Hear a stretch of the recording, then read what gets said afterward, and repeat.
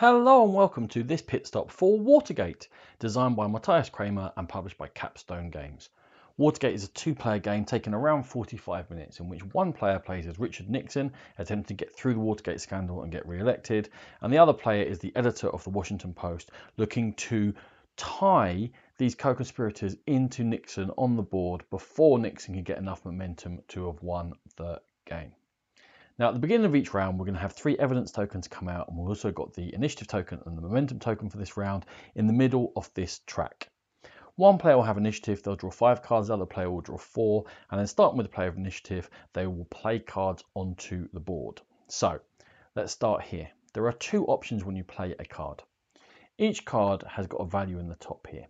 Now, with that value 3, Nixon here can move any of these tokens 3 spaces towards his own side of the board. So he can move the momentum token or initiative token or one of these evidence ones. Now the issue with moving an evidence one is that these cards all have colours with them. And these start face down. The editor doesn't know what colour these evidence tokens are, and it's linked to where they can be placed on this network on the board, as we'll see. But Nixon does know the colours. In this case with the green, he would have to find one of these green tokens and then unveil the fact it was green and then move it to his side of the board rather than moving any other token. Exactly the same way, the editor could then play a card. Now they've got a value 2, again they could move one of these tokens, or instead of doing that, they can say I want to move a blue token. Now there's none visible here, they could choose that, or they can say to Nixon, is there a blue evidence there?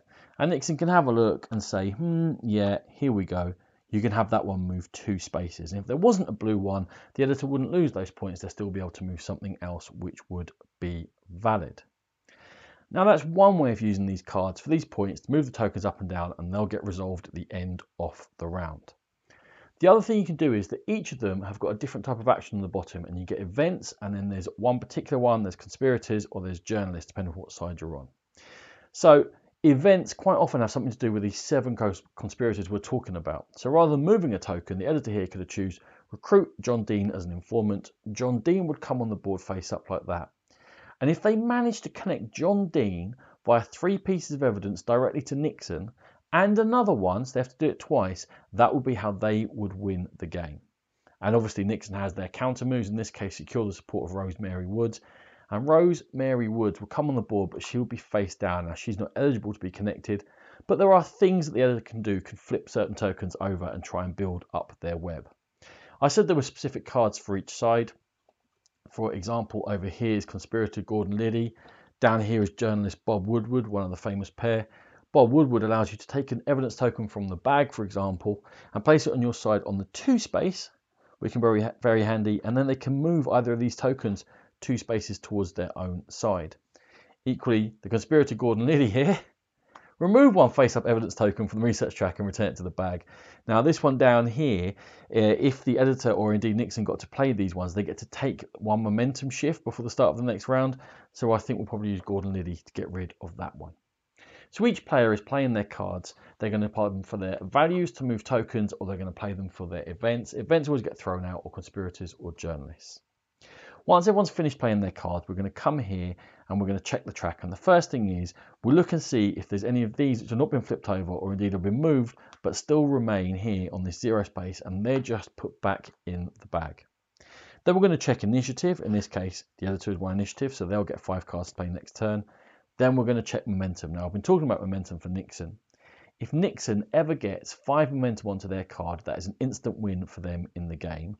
Or if ever the momentum tokens run out, because if they're in the middle as well, that would be thrown away, and there hasn't been a resolution and this scandal hasn't been completely unveiled, then Nixon would also win the game. Now you can't win with them as the editor, but they are handy because they'll trigger things like being able to manipulate and flip back over tokens and what have you on the board if you get enough momentum tokens during the course of the game. Then we're going to have a look at the evidence tokens. Whoever's got initiative is then going to place them. So with this blue one, the editor can put it in any of these blue spaces on the board. You'll see there was a dual colour one there, which could have been put in a space of either of the 2 colours, so they're particularly handy. In this case, they might start trying to link John Dean directly into Nixon. Then it would be Nixon's turn. This momentum would be on here, and Nixon could play this, but when he plays evidence, he plays it face down, starting to probably try and block the web that's forming up, and that one had that 1 in it, so it would move towards Nixon. And the last thing should be noted is that if any token ever reaches a 5 on a side, it can't be touched anymore, and that is secure for that player. We would then redraw our cards, play them again, putting down the evidence tokens, attempting to create a web or just avoid it and gather momentum, and whichever player was most successful at that card play would be the winner of Watergate. This has been a Game Pit Pit Stop. For more videos like this, check out our YouTube channel. For more in-depth coverage of games, please check out the Game Pit podcast. Thank you.